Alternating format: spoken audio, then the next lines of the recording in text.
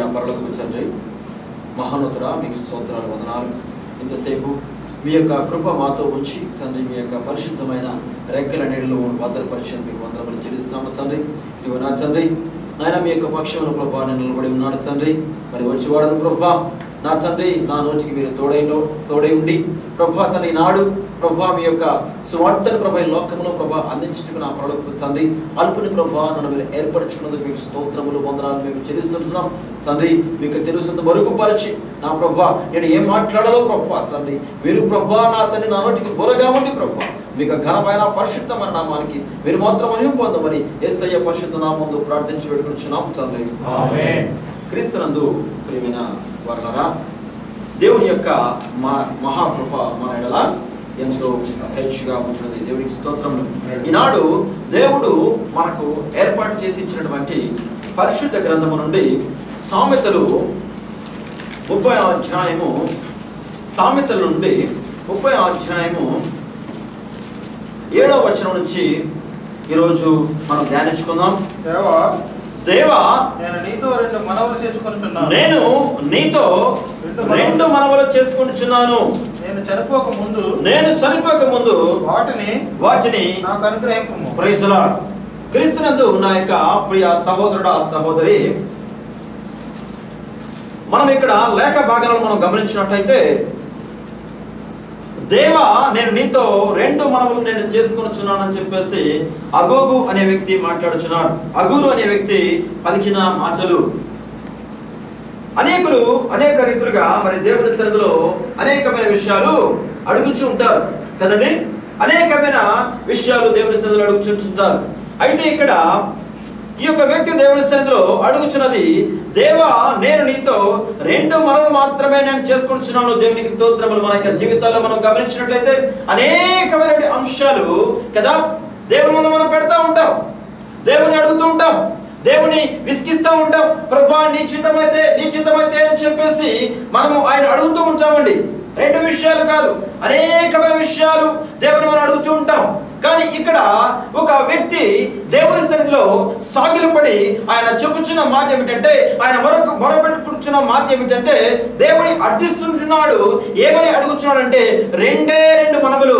అవి కూడా ఎప్పుడు కావాలని అడుగుతున్నాడంటే, నేను చనిపోకముందు దయచేయి. దేవునికి స్తోత్రం. ప్రేమించబడారా, చనిపోకముందు దయచేయమని చెప్పేసి ఆ వ్యక్తి అడుగుతున్నట్టు మనం చూస్తున్నాం. ఆ యొక్క రెండు మనవులు ఏమిటో మనం గమనిద్దాం. చూడండి, వ్యర్థమైన వాటిని దేవునికి స్తోత్రం. రెండు మనవులలో ఆయన అడుగుతున్న మాటలు ఏమిటంటే, వ్యర్థమైన వాటిని నుండి అబద్ధమును. దేవునికి స్తోత్రములు. క్రీస్తునందు నా యొక్క ప్రియ సహోదరుడా, సహోదరి, ఈ రోజు ఒక వ్యక్తి దేవుని సన్నిధికి వచ్చి ఆయన ముందు సాగిలపడి, ఓ నా దేవా నేను నీకు మొరపెడుచున్నాను, నాకు రెండు మనవులు కావాలి. ఆ యొక్క రెండు మనవులు కావాలి. ఆ యొక్క మనవులు ఏమిటి అంటే, ఆయన ఏమి అడుగుచున్నాడు అంటే రెండట. అందులో ఒకటి వ్యర్థమైనది, అబద్ధము. దేవునికి స్తోత్రం. ప్రేమించవాళ్ళారా, చూడండి, ఈ రోజుల్లో అనేకలు మనం జీవిస్తూ ఉంటాం, అనేక రీతులుగా దేవుని అడుగుచుంటాం. కానీ మరి చిన్న విషయాన్ని అడుగుచున్నాడండి, వ్యర్థమైనది. దేవునికి స్తోత్రం. అయితే ఈ లోకములో ఉన్నదంతా కూడా సమస్తం వ్యర్థమే. ఈ లోకములో ఉన్నది సమస్తము వ్యర్థమని వాక్యము సెలవిస్తున్నది. ఎందుకంటే ఒకనాడు ఈ లోకమంతా నశించిపోతుంది, ఈ లోకమంతా గతించిపోతుంది. కనుక ఈ లోకంలో ఉన్నది సమస్తము వ్యర్థమని చెప్పి ఈ వ్యర్థమైన నాకు ఏమీయో అక్కరలేదు. దేవునికి స్తోత్రం. ప్రియులారా, ఎవరైనా ఈ మాట చెప్పగలరా? నాకు ఈ లోకం లేదు, నాకు ఏది అక్కరలేదు ప్రభువా అని ఎవరైనా ప్రార్థన చేయగలరా? ఎవరైనా మొరపెట్టగలరా?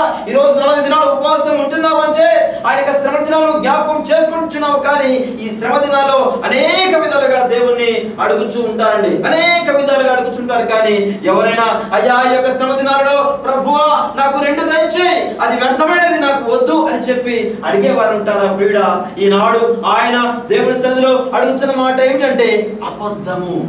ఇది చాలా చిన్న మాటే కావచ్చండి, ఇది అబద్ధము. ఈ అబద్ధానికి అనేకమైన మాటలు ఉన్నాయండి. అబద్ధం అనగా బొంకుట కదా. వాడు చాలా బొంకుతాడండి. వాడు చిన్నప్పటి నుంచి నేను చూస్తున్నానండి, వాడు చాలా బొంకుతాడు. వాడి మాటలన్నీ బొంకుడు మాటలేనండి. వాడి యొక్క మాటలన్నీ అబద్ధాలే. ఉదయకాల సమయం నుండి సాయంత్రం వరకు మాట్లాడే మాట అంతా కూడా అబద్ధాలే అబద్ధాలే అంటూ ఉంటారండి. క్రీస్తునందు ప్రేమించే వాళ్ళరా, అబద్ధం ఆడుట అనగా బొంకుట, అన్యాయం సాక్ష్యము చెప్పుట, ఇవన్నీ చాలా ఉన్నాయి ఈ రోజుల్లో. అనేకమైన క్రైస్తవులు ఉన్నాయి, అనేకమైన విశ్వాసాలు ఉన్నాయి. ఈ లోకంలో ప్రతి విశ్వాసంలో కూడా ఈ యొక్క అబద్ధము ఎలా ఉందంటే మొక్కైపోయి మానైపోయిందండి. ఈ యొక్క దాసుడు ఏమడుగుతున్నాడంటే, ప్రభువా అబద్ధాన్ని, మనకు తెలుసు కదండి కదా, చాలాసార్లు చాలా సమయాల్లో తన దాసులు ఏం చేసేవారట, బొంకేవారట. మొట్టమొదటిసారిగా ఎవరు బొంకారండి? ఆదాము బొంకాడండి. దేవునికి స్తోత్రం. ఎవరు బొంకారట? మన పితరుడు కదండి, అబ్రహాం గారు బొంకారు. ఏమని బొంకారు, ఏమని చెప్పాడు? ఆదికాండము 33వ అధ్యాయము 10వ వచనం చూసినట్లయితే, అందుకు ఆదాము, దేవునికి స్తోత్రములు, నాతో నుండుటకు నీవు నాకిచ్చిన